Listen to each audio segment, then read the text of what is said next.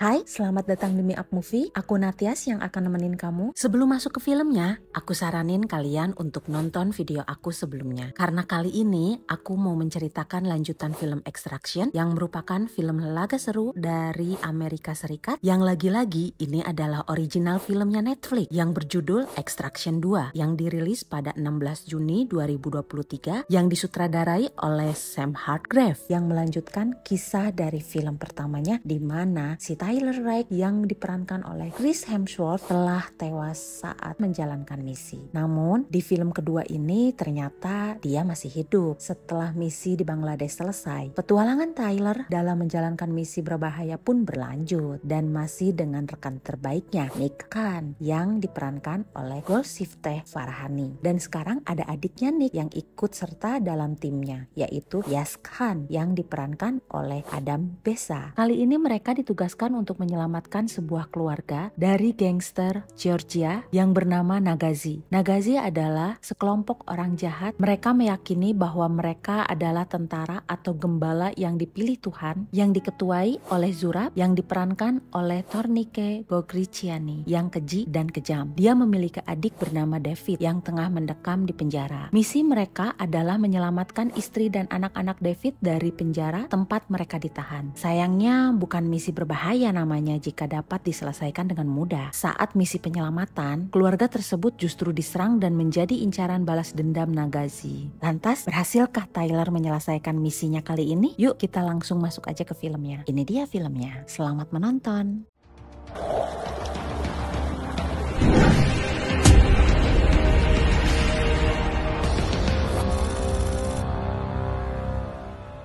Di awal film, seorang gadis kecil menemukan Tyler yang tergeletak di pinggir sungai. Gadis itu berteriak, kemudian datanglah para medis yang dengan sigap memberikan pertolongan kepadanya.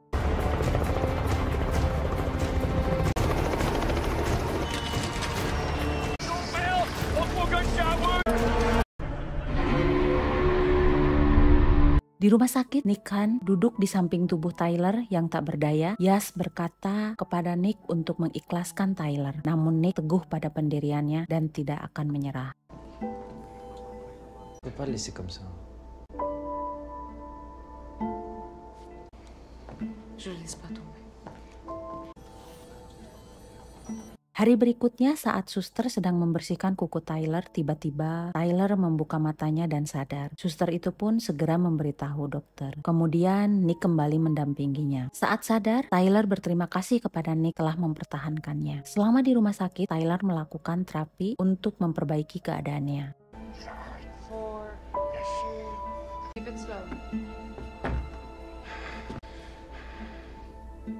Thanks, Nick, for keeping me around. Really excited about this next chapter of my life. Pretty difficult to let someone you care about die.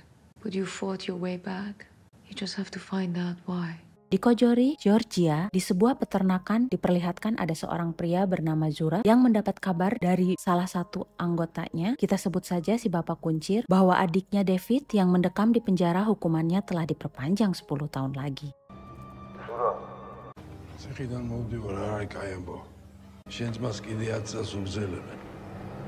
Tak lama datanglah seorang gubernur. Di awal perbincangan, Zura sempat mengungkapkan bahwa salah satu hewan ternaknya terkena penyakit dan terpaksa harus dibunuh dan menguburnya sebelum menularkan pada ternak yang lain. Lalu Zurab mengajaknya berjalan melihat peternakan. Ketika para ajudan akan mengikutinya, si gubernur memberikan kode untuk tidak diikuti. Di tengah perbincangan, ternyata si gubernur bisa menjabat itu karena bantuan keluarga Zurab. Maka dari itu, si Zurab pun berharap si gubernur dapat membalas jasa keluarganya dengan cara mengeluarkan David dari penjara. Namun seperti biasa, para pejabat akan lupa pada janjinya ketika sudah menjabat. Si gubernur berdalih bahwa dia tidak dapat membantunya karena si adik telah melempar seorang agen DEA dari atap. Maka dari itu dia menandatangani hukumannya ditambah 10 tahun. Zura pun terus mengungkit jasa-jasa ayah, adik, dan dirinya pada si gubernur di masa kecil. Si gubernur menjelaskan bahwa dia sudah membantu David selama ini dengan menentang ekstradisinya ke Amerika Serikat, jadi di penjara di Georgia, dan mengizinkan anak istrinya ikut di penjara bersama David. Namun tiba-tiba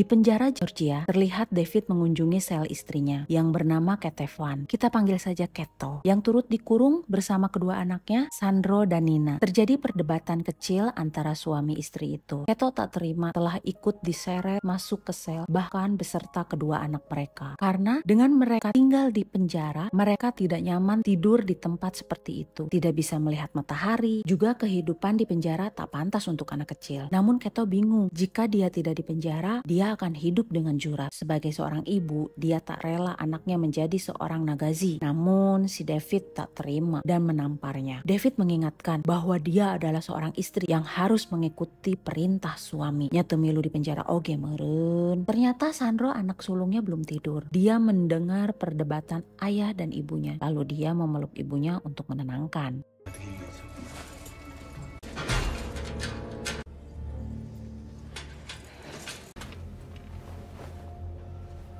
قالت خير قالت ياشر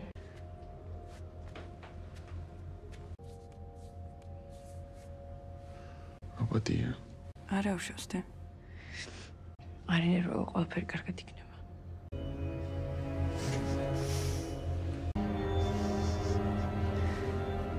Di rumah sakit, Nick dan Yas menjemput kepulangan Tyler dan mengantarnya ke sebuah kabin terpencil di Austria dan mereka memaksanya untuk pensiun dini. Sesampainya di sana, Tyler menanyakan kabar ayam dan anjingnya. Spontan, Nick mengakui jika ayamnya telah mereka makan, namun anjingnya ada di dalam. Sebelum pergi, Nick memberikan sebuah kotak kenangan dari rumah Tyler yang lama. Tyler menikmati kesehariannya dengan menonton bola, memancing, membersihkan salju, dan membelah kayu bakar. Di tengah kesendirian, Tyler membuka kotak yang diberikan Nick. Kotak itu ternyata berisi kenangan Tyler bersama anak dan istrinya. Karena merasa sepi, dia pun pergi ke pasar. Dan kalian tahu Tyler membeli apa? Tyler membeli 2 ekor ayam untuk menemaninya menonton bola. Emang ajaib si om ini. Reine Samba-Technik, reine Samba-Figur, was nicht leicht ist, du musst es jetzt erst mit Rücken.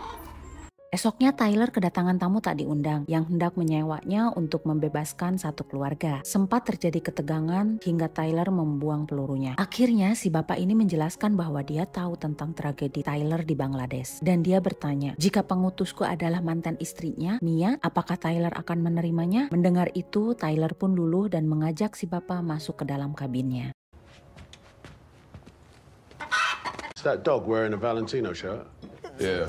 Di sana dia menjelaskan yang bermasalah bukanlah Mia, namun suami adiknya yang dipenjara, David. Tyler pun mengenali mantan iparnya itu. Si bapak sedikit menjelaskan tentang latar belakang David. David adalah adik dari Zurab yang mengepalai kelompok kriminal yang kejam di Georgia bernama Nagazi yang berdagang senjata dan narkotika yang dibesarkan oleh keluarga di tengah-tengah anarki peperangan. Makanya mereka tumbuh dewasa menjadi sosok yang sadis. Bahkan saking kejamnya si David, dia masuk penjara pun anak istrinya turut serta masuk ke dalam sel. Yang jadi masalah, jika Tyler berhasil membawa keluar keluarganya David, si Jurab tidak akan tinggal diam karena si Jurab ini memiliki pasukan Nagazi yang memujanya dan menganggap si Jurab ini adalah seorang penolong. Maka mereka tidak segan menggunakan berbagai cara untuk mencapai tujuannya. Dan si bapak bilang jika si Tyler berhasil dalam misi ini dan selamat, dia akan menciumnya. Throw everything at you, and I'm talking about the whole Nagazi army. Sounds fun. Face, I'll meet you on the other side and give you a kiss. Failing that, it's been a pleasure. Di kediaman Nick dan Yas, Nick berencana akan bisnis mengantar senjata ke Korea. Namun Yas menolak karena memiliki tiket pertandingan bola. Tiba-tiba Nick mendapat telepon dari Tyler yang mengabarkan ada pekerjaan dan uangnya akan masuk ke rekening Nick. Dan Yas pun kesal karena dia benar-benar tak bisa nonton bola. The whole retirement thing's not going to work out. Job came in. Money should be in your account pretty soon. What are you talking about? Haven't you heard, Nick? I'm a bit of a legend now. Tu vas rater le match. Dan misi pun dimulai. Di penjara Georgia, Tyler menyuap penjaga penjara. Untuk melancarkan aksinya, si penjaga pun memberikan tanda sebagai petunjuk. Di perjalanan, Nick dan Yas berdebat karena info medis dari TikTok. Jika tangannya berkeringat, itu karena gula darahnya rendah. Nick pun menyarankan Yas untuk menghapus TikToknya karena akan mempengaruhi kinerjanya. Dan mereka sepakat untuk fokus pada misinya.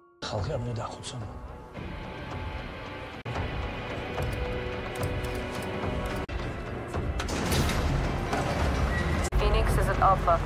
Teams 2 and 3, stand.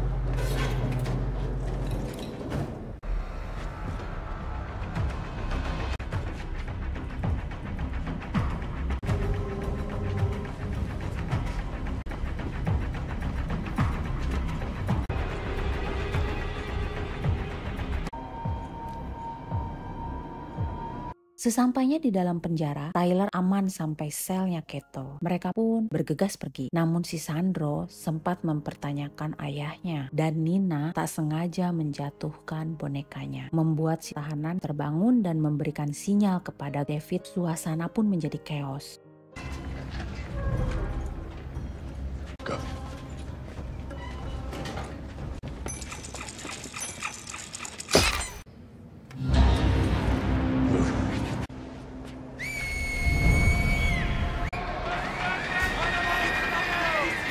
Tyler sempat terjebak di kerumunan para tahanan yang menyerangnya. Tyler terus mencari jalan keluar. Akhirnya mereka menemukan jalan keluar. Sandro dan Nina sudah aman di tangan Nick dan Yas. Namun tiba-tiba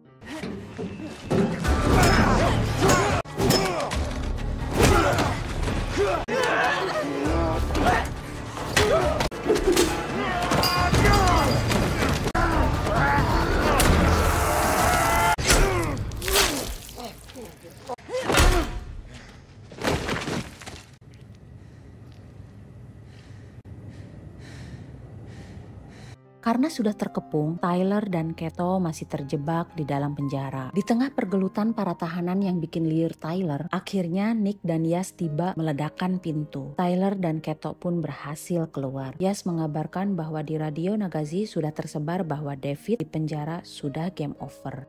We intercepted Nagatsu radio calls. They're coming at us heavily armed. And they know their boss is dead. Is the brother not? They're about to find out. Where are the kids? In the car. Move.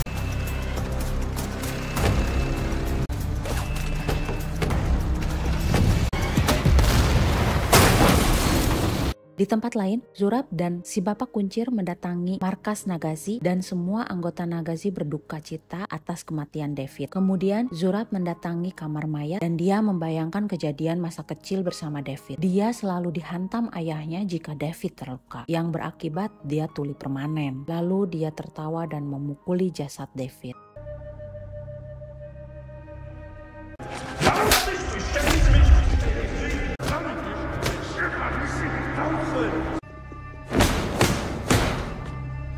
Di perjalanan, mobil Tyler dan timnya dihadang pasukan Nagazi. Untung mobil mereka anti peluru. Keto sempat mengingatkan Tyler agar hati-hati karena Nagazi adalah prajurit dengan senjata militer dan mereka adalah pembunuh. Dengan santai, Tyler pun menjawab, "Ya, aku juga." Dan tiba-tiba Shows you are. Bravo team with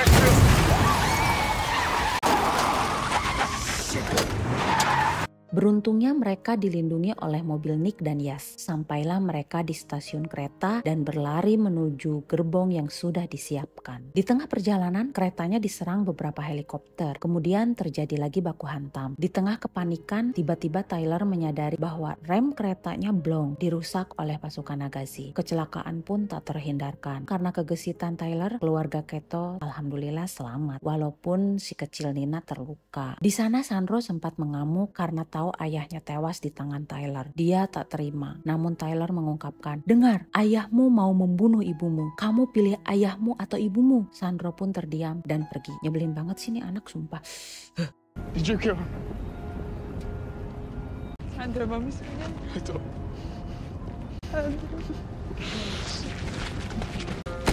Listen, hey, listen. Listen, he was gonna kill your mother, okay? It was him or her.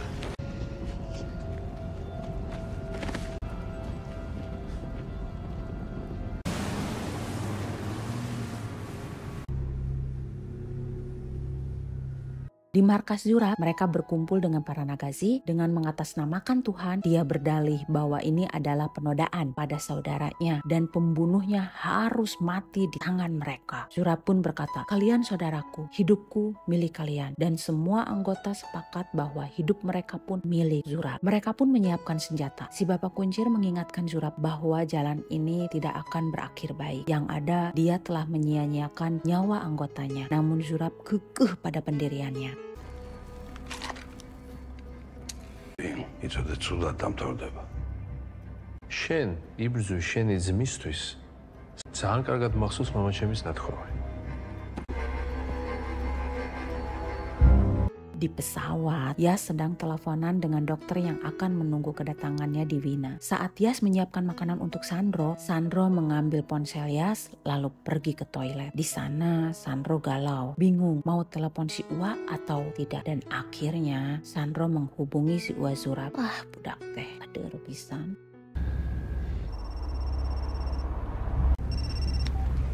Kismet. Sandro. Sandro, სადხარ? Sandro. მიპასუხე. სად მიდიხარ თქო გიგითხებ? სად მიდიხარ გიგითხებ? Nick kecewa pada Tyler karena tidak jujur dari awal bahwa Keto adalah adik iparnya. Setibanya di Hotel Wina, Nick mengungkapkan kekecewaannya atas ketidakjujuran Tyler dan Tyler pun minta maaf. He was married to my sister. Thanks for the heads up. I was gonna tell you that. Why didn't you tell me? I'm sorry. I don't need your apology. I need your trust. Sandro menemui Tyler. Sepertinya si Sandro sudah terbrainwash oleh ayah dan Ua Zurab. Tyler pun berusaha menyadarkannya. Namun Sandro tetap menyalahkan Tyler karena David sebagai seorang ayah tidak seburuk Tyler yang meninggalkan anaknya. Mendengar itu Tyler pun tidak berkutik lalu pergi. Nick menemui Keto dan Nina. Dia mengungkapkan bahwa dia mengerti posisinya. Father wouldn't make him. Yeah, well, at least my father didn't leave us. Must have taken to raise good kids surrounded by those men. But you survived. You kept your kids from harm. Found a way with nothing. Alone. Ketika Sandro sedang nongkrong di balkon, Tyler menghampirinya. Dia menjelaskan tentang anaknya yang seumuran dengan Sandro. Dulu dia tahu kondisi anaknya. Karena dia tak sanggup melihat anaknya pergi, makanya dia memilih terima tugas ke Afghanistan. Tyler pun mengingatkan Sandro bahwa ibunya bertindak sejauh ini adalah agar dia dan adiknya aman. Tyler pun meminta agar Sandro bisa menjaga ibu dan adiknya. Jangan percaya omongan ayah, apalagi Ua Zurab. Mereka bohong, tapi terserahlah. Namun ketika Sandro minta maaf, tiba-tiba I'm sorry. It's okay. No. He's coming.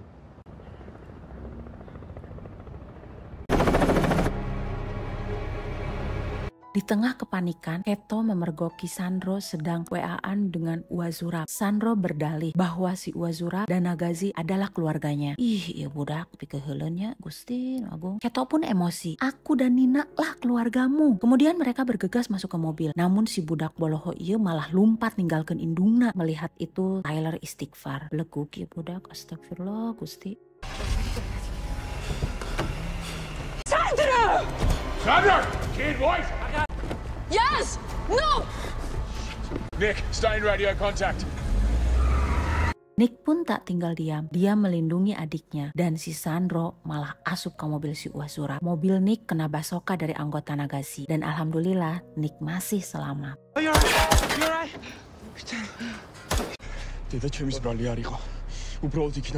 Mereka terkepung, lalu mereka naik lagi ke lantai atas karena helikopter akan menjemput mereka di sana. Ketika menuju ke atas, mereka baku hantam lagi. Dan tiba-tiba, Nick diserang salah satu anggota Nagazi hingga terjatuh ke atap kaca lalu pingsan. Tyler melihat tubuh Nick perlahan akan jatuh karena licin. Dengan sigap, dia selesaikan baku hantamnya lalu menyelamatkan Nick. Namun tiba-tiba...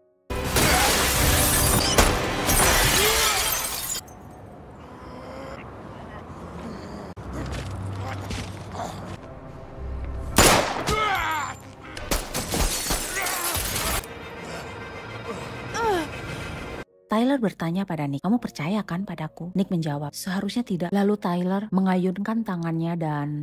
You trust me? Should I not? Tyler memerintahkan Nick untuk melindungi Keto dan Nina. Padahal mah tembak heula atunya si Zurab malah ngaleo si Nyai. Tyler dan Zurab melanjutkan baku hantamnya dan Zurab pingsan. Namun bangun lagi. Keto nyaris diserang Nagazi pakai kampak. Namun alhamdulillah Nick tiba tepat waktu. Mereka bergegas menuju helipad. Di lift, Tyler menenangkan Nina. Dia mengajak itu bocah untuk tos. Lalu mengedipkan mata. Bocil nu dikedipin, nah aku nu deg-degan ya Gusti, nu agung astagfirullah. Nah sadar nak, come on, fokus. Ketika semua berlari menuju helikopter, posisi Yas paling terakhir dan...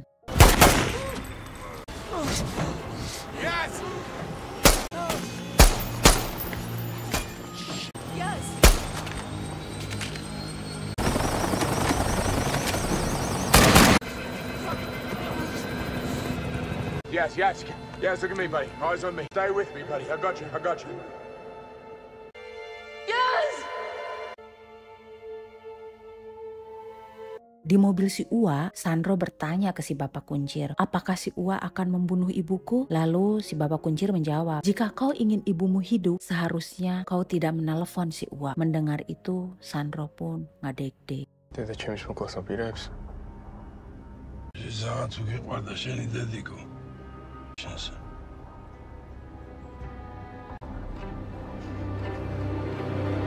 Akhirnya mereka tiba di cabin Tyler. Di sana semua mengobati luka masing-masing. Dan Nick sedang membersihkan luka Yas. Ternyata Yas masih hidup namun kritis. Kok aneh gak ke rumah sakit ya? Tuh ingat.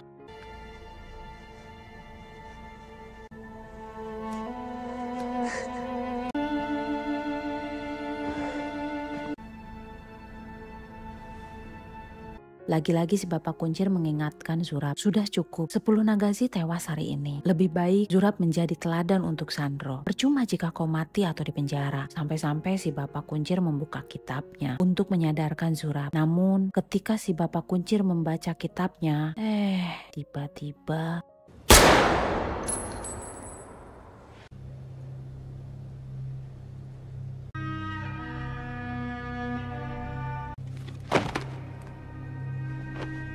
Malamnya, Mia mantan istri Tyler datang dan disambut oleh Keto. Nina menanyakan Sandro, Mia dan Keto menenangkannya. Malamnya, Mia dan Tyler bercengkrama dan sedikit membahas masa lalu. Tyler minta maaf dan menyesali tidak menemaninya saat anaknya pergi. Tiba-tiba, Tyler dapat telepon dari Zurab dan mengajaknya bertemu. Tyler bersiap dan pergi. Tiba-tiba... Stay with her. Get them out. Open the door! Open the door!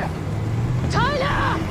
Di markas Zurab, Tyler memantau keadaan dan menembak semua sudut, atap, mobil, pesawat, agar Zurab tak bisa kabur. Eta si Sandro malah nunutur si Ua ku oon-oona budaknya. Anggota Nagazi habis, lalu Tyler mendatangi Zurab dengan penuh luka.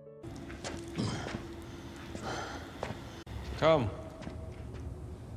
You want the... Ternyata di sana si Sandro sudah disandra memakai rompi bom, sedangkan remote pemicunya di tangan Zurab. Zurab menyuruh Sandro untuk mengambil senjata Tyler, lalu menodongkannya ke kepala Tyler. Tapi Sandro malah ngadek-dek, terus tungkul. Lalu Zurab mengarahkan pistolnya ke kepala Tyler. Tiba-tiba dia mendengar sesuatu dari arah belakang, yang ternyata itu adalah Nick yang menodongkan tembakan ke arah Zurab. Lalu si Zurab malah menyandra Sandro dan berkata, letakkan senjatanya, kau bisa balaskan dendam adikmu, namun anak ini akan menjadi korban. Lalu Nick meletakkan senjatanya. Good girl. Fuck you.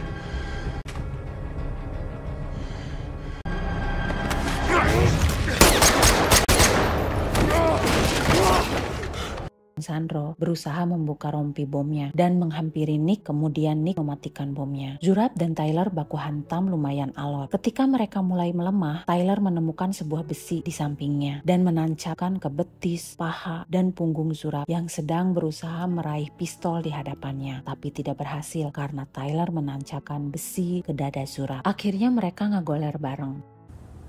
Ayo, stop.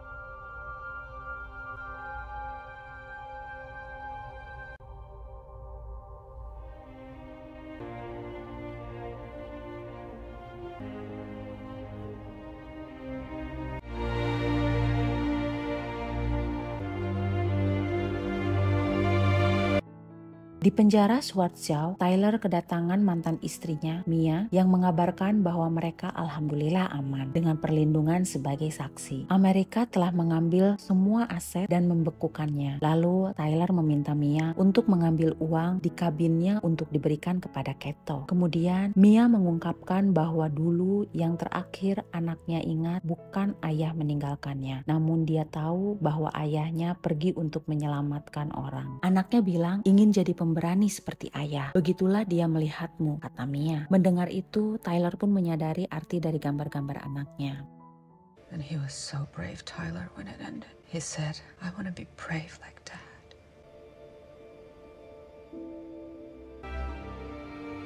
That's how he saw you. Goodbye, Tyler.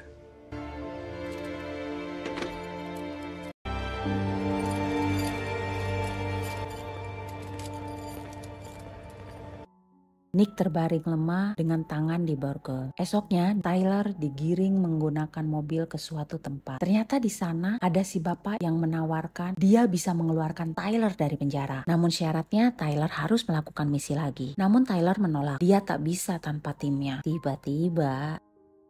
Yeah, thought you might say that.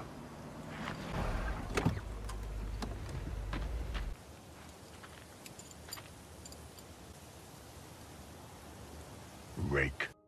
Lalu Tyler menanyakan nama si bapak. Namun si bapak bilang, namaku tak penting. Yang penting atasanku. Dan film pun berakhir. Gimana nih guys? Masih tetap seru lah ya. Oke deh, terima kasih ya sudah klik video ini. Semoga kalian terhibur. Aku pamit. Dah.